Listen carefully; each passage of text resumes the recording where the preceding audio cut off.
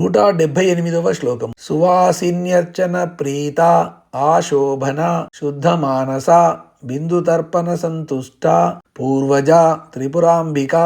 ఈ శ్లోకంలోని మొదటి నామము సువాసిన్యర్చన ప్రీత.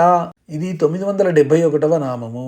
ఇది 8 అక్షరాల నామం. ఈ నామంతో అమ్మవారికి నమస్కరించేటప్పుడు సువాసిన్యర్చన ప్రీతాయై నమః అని చెప్పాలి. సువాసిని అంటే సువాసినుల, అర్చన అంటే పూజ యందు, ప్రీత అంటే ప్రీతి కలిగినది. ఈ నామానికి 2 విధాలుగా అర్థాలు చెప్పుకోవచ్చును. ఒకటి, సువాసిన్యర్చన అంటే సువాసిని స్త్రీలకు జరిగే పూజ అనే భావంలో సువాసినుల పట్ల గౌరవంగా మర్యాదగా ప్రవర్తించడము, వారిని పవిత్ర వ్యక్తులుగా భావించడము అంటే అమ్మవారికి ఇష్టము అని ఈ నామానికి అర్థం చెప్పుకోవాలి. సువాసిని స్త్రీలచే తాను అర్చింపబడటము అంటే అమ్మవారికి ప్రీతికరము అనే విధంగా ఇంకో అర్థము చెప్పుకోవచ్చును.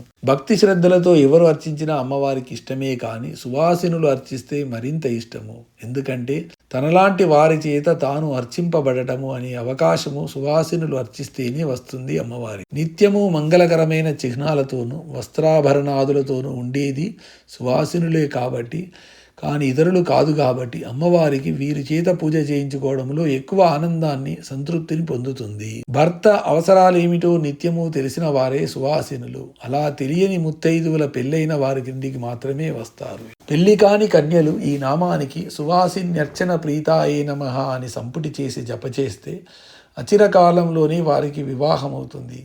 ఈ నామం జపిస్తే ఇలా వివాహం త్వరగా అవుతుంది అనడంలో కొంత తర్క విశ్లేషణ ఉంది. సువాసినులు తనను అర్చిస్తే అమ్మవారు చాలా ప్రీతి చెంది ఆనందిస్తుంది అని గదా ఈ నామంలో చెప్పబడింది. కన్యలు అమ్మవారిని ఈ నామంతో జపించి ప్రార్థించినప్పుడు, అమ్మా ఇప్పటి వరకు ఎంతో మంది సువాసనుల చేత అర్చింపబడుతూ ఆనందాన్ని పొందుతున్నావు. ఇప్పటి వరకు నిన్ను అర్చించే సువాసనలతో నేను కూడా కలపబడి నిన్ను అర్చించే సువాసనల సంఖ్య పెరిగి నీకు మరింత ఆనందం చేకూర్చే అవకాశం రావాలంటే నన్ను కూడా వెంటనే సువాసినిగా చేసి మరింత ఆనందాన్ని పొందు అనే అభ్యర్థన ఉంది.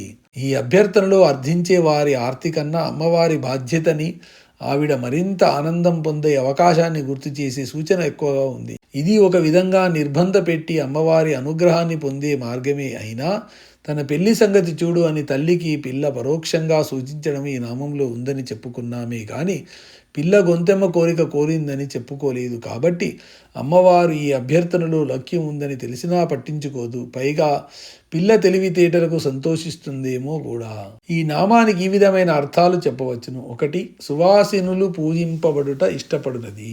2, సువాసినులచే అర్చింపబడుట ఇష్టపడునది. 3, చక్కని జీవితము కలవారు ఆ జీవితమే అమ్మవారుగా తెలుసుకుంటే ప్రీతి చెందునది. 4, భార్యాభర్తలు ఇరువురు ఒకరికొకరు అన్యోన్యంగా ఉంటే అట్టి వారి చేత పూజ చేయించుకొనుట ప్రీతి చెందునది అని ఈ నామానికి అర్థాలుగా చెప్పవచ్చును. ఈ శ్లోకంలోని తర్వాతి నామము ఆశోభన. ఇది 972వ నామము. ఇది 4 అక్షరాల నామము. ఈ నామంతో అమ్మవారికి నమస్కరించేటప్పుడు ఆశోభనాయై నమః అని చెప్పాలి.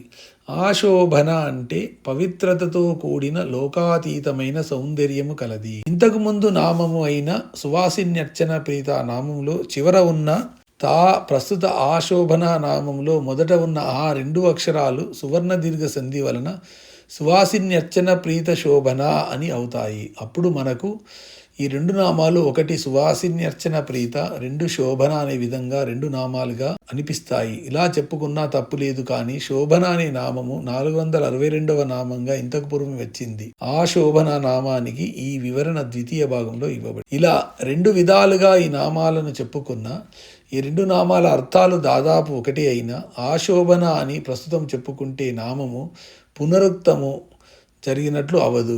ఇలా ఈ నామము ఆశోభనగా చదువుకోవాలనే సూచనను తెలపడానికి స్తోత్రంలో సువాసిన్యర్చన ప్రీత శోభనా సులభాగతి అని సాధారణంగా వ్రాస్తారు.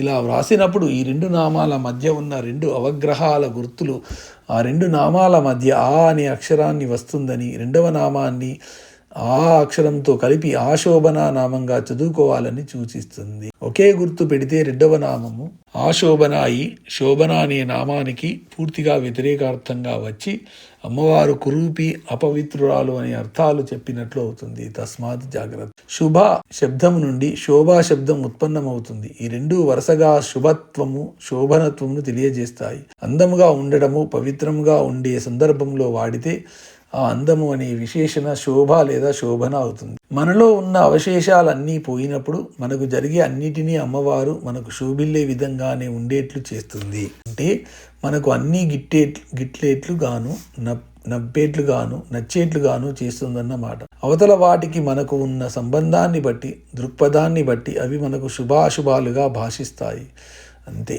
మనం అనవసరంగా పెట్టుకున్న అశుభంలో తొలగితే మిగిలినంతా శుభమే. శోభన అన్నది పవిత్రతతో కూడిన విశేషణమైతే ఆశోభన అనే మాటను సకల లోకాతీతమైన పవిత్రమైన సౌందర్యము అనే విశేషణార్థంగా చెప్పుకోవాలి. అంతే తేడా. అమ్మవారి రూపము సౌందర్యవంతంగాను, భావాలు స్వచ్ఛంగాను, సాన్నిధ్యము పవిత్రంగాను ఉంటాయి. అందుకే అమ్మవారు నిత్యం శోభాయమానంగానే ఉంటుంది. పరమ పవిత్రమైన స్వచ్ఛమైన సకల లోకాతీతమైన సౌందర్యముతో విరాజిల్లునదని ఈ నామానికి అర్థము. ఈ శ్లోకంలోని తర్వాతి నామము శుద్ధమానస. ఇది 973వ నామము. ఇది 5 అక్షరాల నామం. ఈ నామంతో అమ్మవారికి నమస్కరించేటప్పుడు శుద్ధమానసాయై నమః అని చెప్పాలి. శుద్ధ అంటే పరిశుద్ధమైన, మానస అంటే మనస్సు గలది. మనిషిలో ఏది పరిశుద్ధంగా ఉంటే మనిషి పరిశుద్ధంగా ఉంటాడు అన్న ప్రశ్నకు సమాధానం మనస్సే అని సమాధానం చెప్పుకోవలసి ఉంటుంది. ఎందుకంటే దహరాకాశంలో ఉండే హృదయం ఎప్పుడూ పాపరహితంగా పరిశుద్ధంగానే ఉంటుంది. ఎటొచ్చి అన్ని రకాల ఆలోచనలు, ఊహలు, వెకిలి వేషాలు ముందు మనస్సుకే వస్తాయి. మనస్సు పరిశుద్ధి కావాలంటే పవిత్ర భావనలు, పవిత్ర వ్యక్తుల నామస్మరణ, జీవిత చరిత్రలు చదువుకోవాలి. ఇంతకు ముందు నామంలో చెప్పినట్లు పవిత్రత, స్వచ్ఛత, చక్కని చరిత్ర కలిగిన అమ్మవారి లాంటి వారి నామస్మరణ, స్తోత్ర పారాయణ చేస్తే అలా చేసే వారి మనస్సులను అమ్మవారు పరిశుద్ధంగా చేస్తుంది. ఈ నామానికి ఈ విధమైన 2 అర్థాలు చెప్పవచ్చును. 1 పరిశుద్ధమైన మనస్సు గలది.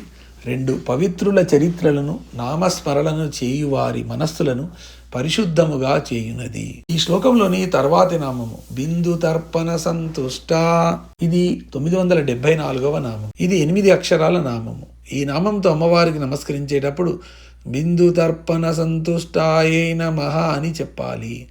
బిందు అంటే శ్రీచక్రమునందలి బిందువునందు, తర్పణ అంటే తర్పణము చేయుటచే, సంతుష్ట అంటే తృప్తి నొందునది. శ్రీచక్రంలోని నవావరణమే బిందువు.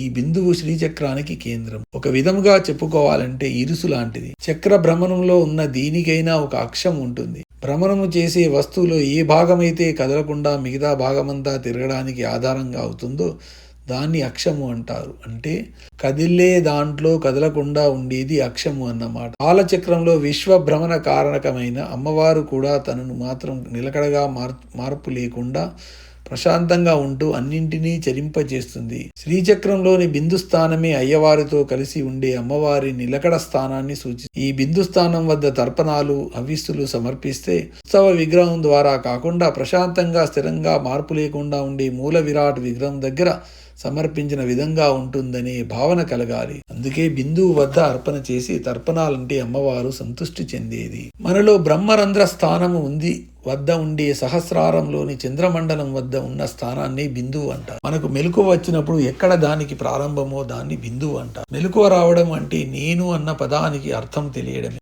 ఏదైనా విషయం అర్థమవడం అంటే చిచ్చక్తి పని చేయడము ప్రారంభమవడమే. చిచ్చక్తికి పాదుకలుగా విమర్శ, ప్రకాశ బిందువులను సమన్వయపరుచుకోవచ్చును. కాబట్టి ఈ బిందువుల వద్ద తర్పణాలు, హవిస్సులు సమర్పిస్తే చిచ్చక్తికి పాదపూజ జరిగినట్లే, పాదుకాంత దీక్ష ఫలించినట్లే. అయితే ఇలా చేయగలగడము, ఈ స్థితికి రావడము కుండలిని యోగంలో ఎంతో సాధన ఉన్నవారికి సిద్ధిస్తుంది. అందుచేతనే ప్రస్తుత నామము స్తోత్రంలో చివరకు చెప్పబడుతుంది. సాకారమైన జగత్తుకు సంకల్పమే ఈ బిందువు అని కూడా అర్థం చేస్తుంది. అంతేకాదు మనలో ఏదైనా అందాము అనిపించే నాద మూల స్థితి ఈ బిందువే. మన వాక్కు మనలో ఇమిడి ఉన్న చోటు ఈ బిందువే. తైత్తిరీయంలో చెప్పబడిన సేంద్రియానిహి అనే మంత్రంలోని యోని ఈ బిందువే. సౌందర్యలహరిలో ఆదిశంకరులు రాసిన సుధా సింధూర్ మధ్యే శ్లోకంలోని సుధా సింధువు ఈ బిందువే. బ్రహ్మాండ పిండాలను శృతి కుదరాల్సింది ఈ బిందువు వద్దనే. మనస్సు ఆత్మలో లీనమయ్యే చోటు ఈ బిందువే.